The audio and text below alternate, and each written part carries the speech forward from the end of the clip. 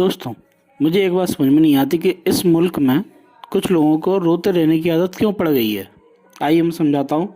जैसे कुछ दिनों पहले सरकार ने ट्रिपल तलाक को ख़त्म किया। ट्रिपल तलाक यह था कि जब मुस्लिम महिलाओं के पक्ष में था और कोई इनको तलाक दे देता है, इनका शौहर वगैरह, तो ये कानूनी तौर पर मान्यता नहीं होगी इस चीज़ को।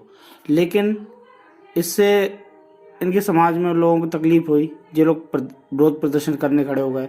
फिर बाद में आता है सीए एनसीआर की बारी।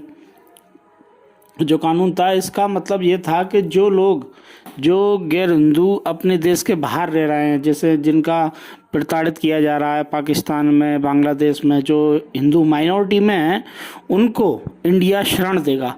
तो उसके लिए सीए और एनआरसी जैसे कदम सरकार ने उठाए थे। लेकिन इस चीज़ में इनको फिर से तकलीफ हुई। ये लोग कहीं शाहीन बाग में आके खड़े हो गए, कहीं पूरे देश में चक्का जाम कर दिया, अव्यवस्थाएं फैला दी, दुनिया भर की धमकियां दी। अरे शुक्र मनाओ कि कोरोना आ गया, जिससे वो लोग वहाँ से हट गए। सोचो, कोरोना आने के लिए कहना पड़ रहा है कि शुक्र मनाओ। नहीं, अगर कोरोना ना आता तो ये पता नहीं दिल्ली को कब तक परेशान करते रहते इसी प्रकार से। और इसी चरण में आगे बढ़ते हुए जो समाज फिर से जो सरकार वक्फ बोर्ड के खिलाफ एक संशोधन बिल लेके आई है, उसका विरोध करने के लिए खड़ी हो गई है।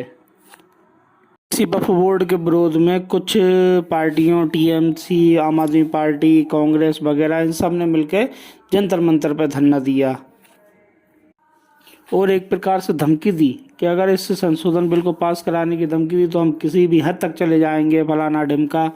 बट ऐसा नहीं हुआ।